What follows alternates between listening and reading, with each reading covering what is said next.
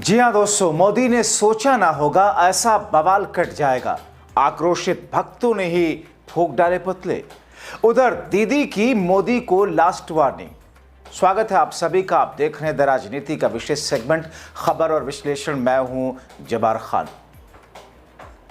दोस्तों, आखिर ऐसा क्या हुआ और मोदी और शाह का ऐसा कौन सा आदेश सामने आया जिससे विरोधी तो विरोधी, खुद मोदी भक्त भी सड़कों पर आक्रोश दिखाने लग गए।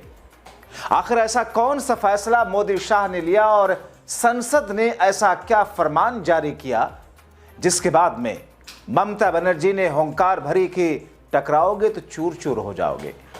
आखिर क्या है पूरा का पूरा माजरा, आपको विस्तार से बताते हैं। दोस्तों, कहते हैं कि स्लोगन्स, नारे दरअसल इंसान के अंदर एक वाइब्रेशन पैदा करते हैं, किसी क्रांति के लिए या फिर किसी ऐसी मुहिम के लिए जोश दिलाने में काम आते हैं। भारत की स्वतंत्रता या फिर जिस किस्म के क्रांति और संग्राम हुए उस दौर में कई सारे ऐसे नारे आए, स्लोगन्स आए, आज भी जिनका जुड़ाव जनता, आज के वक्त की जनता न सिर्फ महसूस करती है बल्कि उसे दिल से बोलती भी है। मगर दोस्तों, राज्यसभा का एक बुलेटिन मोदी शाह की सरकार ने एक ऐसा फैसला लिया जिस फैसले को राज्यसभा के जरिए जारी किए गए एक बुलेटिन में देखा जा सकता है। और उसमें कहा गया कि अब जय हिंद और वंदे मातरम नहीं बोला जाएगा। दोस्तों, जय हिंद और वंदे मातरम आप जानते हैं, देखते हैं, सुनते हैं। यह जानकर के आपको कैसा लगा? आप हिल गए होंगे। खासकर अगर आप मोदी शाह के भक्त हैं तो फिर आप तो और हिले होंगे। सोच रहे होंगे कि एक तरफ बीजेपी, मोदी शाह मुसलमानों को जो कि जय हिंद, हिंदुस्तान जिंदाबाद के नारे बड़े उत्साह के साथ देशभक्ति में लगाते हैं, मगर वो अपने धार्मिक रुकावट जिसमें कि सिर्फ खुदा के सामने या उसके अलावा किसी और दूसरे की पूजा करना, पूजा की बात करना गैर इस्लामिक है, इसलिए वो वंदे मातरम को नहीं बोलते क्योंकि इसमें जमीन की पूजा की बात की गई। लेकिन बावजूद इन तमाम चीजों के मोदी शाह और उनका पूरा का पूरा कुनबा किस अंदाज में, चाहे योगी हो या फिर वो असम वाले बाबा हिमंता बिस्व शर्मा, गिरिराज, ये सारे की सारी ब्रिगेड टोड़ी इन्हें पाकिस्तान भेजने की बात करने लगती है। कहते हैं कि देश में रहना है तो वंदे मातरम कहना है। लेकिन दोस्तों, अब सोचिए कि वही मोदी शाह और उनकी सरकार, उनका पूरा ब्रिगेड अब राज्यसभा में बुलेटिन जारी करके कहलवाता है कि वंदे मातरम, जय हिंद नहीं बोला जाएगा।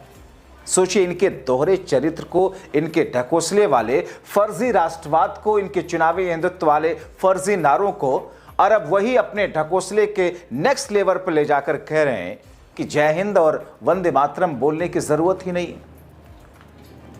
दोस्तों, मगर तभी ऐसे फर्जीवाड़ा करने वालों को बंगाल की शेरनी ममता बनर्जी ने धूल चटा दी। कह दिया तुम्हारे बाप का राज थोड़ी है। जब चाहा इस पर वोट की फसल काट ली, जब चाहा इसे रद्दी की टोकरी में डाल दिया। जय हिंद देश का नारा है। हम बंगाल में जय बंगाल बोलते हैं। मोदी शाह अपना फर्जीवाड़ा बंद करें, देश से टकराना मत, क्योंकि जो हमसे टकराएगा वो चूर चूर हो जाएगा। दोस्तों, जब इसकी खबर ममता बनर्जी को लगी तो उन्होंने मोदी शाह को आईना दिखाते हुए, दहाड़ते हुए कहा कि यह देश विरोधी कदम है, ऐसा करने वालों को देश छोड़ेगा नहीं। जय हिंद क्यों नहीं बोलेंगे लोग? जय हिंद और वंदे मातरम हमारा राष्ट्रीय गीत है, हमारी आजादी का नारा है। जय हिंद हमारे नेताजी का नारा है। तो जो टकराएगा चुर चुर हो जाएगा। राज्यसभा के बुलेटिन में ये चीज कल बोला गया है कि तब आप सोचो, हाँ, तब आप सोचो देश में क्या चल रहा है कि जय हिंद और वंदे मातरम जैसे शब्द भीतर नहीं बोलने चाहिए। क्यों नहीं बोलेगा? हमारा पब्लिक का जो रिप्रेजेंटेशन होता है उसमें जय हिंद वंदे मातरम नेशनल सॉन्ग है, तो क्यों नहीं बोलेंगे? हम जय बांग्ला बांग्ला में बोलते हैं, वंदे मातरम कहते हैं। ये हमारा आजादी का स्लोगन है, नेशनल सॉन्ग है, और जय हिंद नेताजी का नारा है, जो नारा लेके हम लोगों ने लड़ा है, अभी भी हमारे देश का नारा है। इसको जो टकराएगा चुर चुर हो जाएगा। दरअसल दोस्तों, मोदी शाह की सरकार ने राज्यसभा की तरफ से एक बुलेटिन जारी करवाया जिसमें लिखा है सदन के अंदर थैंक यू, धन्यवाद, जय हिंद, वंदे मातरम यानी किसी भी नारे पर अब रोक लगाई जाती है। इन नारों को नहीं बोला जा सकता है। जरूरत क्या थी इन चीजों की? अगर कोई शख्स अपने भाषण के आखिर में जय हिंद बोलता है, अगर कोई सांसद अपने भाषण के आखिर में वंदे मातरम बोलता है, या कोई शख्स थैंक यू बोलता है, या कोई किसी सांसद किसी मंत्री से या उस विभाग के मुखिया से सवाल पूछता है और बाद में उसके जवाब में थैंक यू बोलता है, तो इसमें क्या गलत था? वैसे दोस्तों इतना सरल भी नहीं है जितनी सरलता के साथ में इसे गोदी और गटर मीडिया समझाती हुई दिख रही होगी। दरअसल इसके पीछे की मानसिकता आपको समझना होगा, क्योंकि दोस्तों मोदी शाह और खास तौर पर जब से चुनाव आयोग की मिली भगत सामने आई है, बहुत सारे फैसले सरकार ने ऐसे लिए जिसके बारे में देश का आम आदमी सोच भी नहीं सकता। उसे समझना आम आदमी के बस के परे है। मगर उन फैसलों को लाकर बीजेपी और मोदी शाह ने एक तरीके से अपने पैर पर कुल्हाड़ी मार ली। आप देखिए किसानों के साथ धोखा वाले 3 कृषि कानून कैसे चतुराई से ला रही थी, जिसे बीजेपी और मोदी सरकार समझ ही नहीं पा रही थी।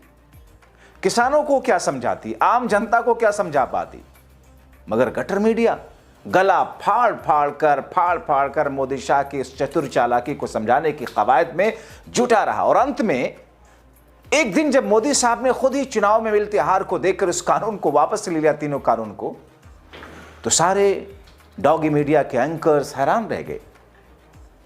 अब एक बार फिर से ऐसा बुलेटिन राज्यसभा से मोदी शाह ने जारी करा दिया जिसकी शायद उनको समझ ही नहीं, शायद समझ होती तो ऐसा नहीं कराते।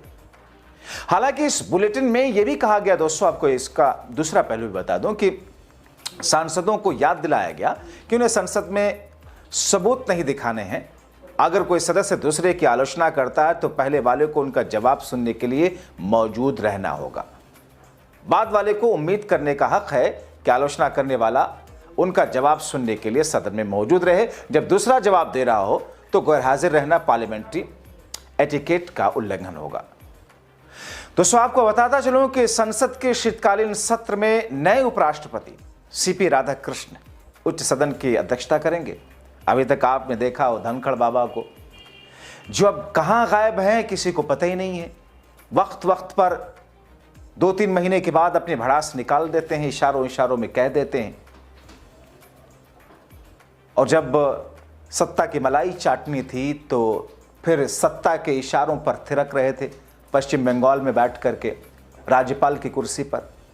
उसके नतीजे में उनको उपराष्ट्रपति की कुर्सी मिली और फिर उनको ये लगने लगा कि शायद ये तो उनकी अपनी मेहनत से अर्जित की गई कुर्सी है। कहीं कहीं पर कुछ बोलने लगे। तभी उनकी अकड़ ढीली कर दी महज 10 मिनट में। जबरन साइन करा लिया गया, इस्तीफा दीजिए साहब, अब आपको नहीं रखना। गायब हैं आज। अब उन्हीं की जगह पर उपराष्ट्रपति सीपी राधाकृष्ण उच्च सदन की अध्यक्षता करेंगे। पहले जगदीप धनखड़, जिनके साथ में आपने देखा कि कैसे विपक्षी नेताओं को सत्ता के तलवे चाटने की पराकाष्ठा अगर कहीं सदन में इतिहास में अगर कहीं दिखी है तो बिरला और धनखड़ से ज्यादा मैंने तो नहीं देखा, न पढ़ा, न देखा, न सुना। यहां तक कि कैसे विपक्ष के नेताओं को कैसे एक 150 एक साथ निकाल दिया करते थे लोग, और विपक्ष भिड़ता था। मामला महाभियोग नोटिस तक पहुंचा था, जिसे राज्यसभा के डिप्टी चेयरमैन हरिवंश ने खारिज भी किया था।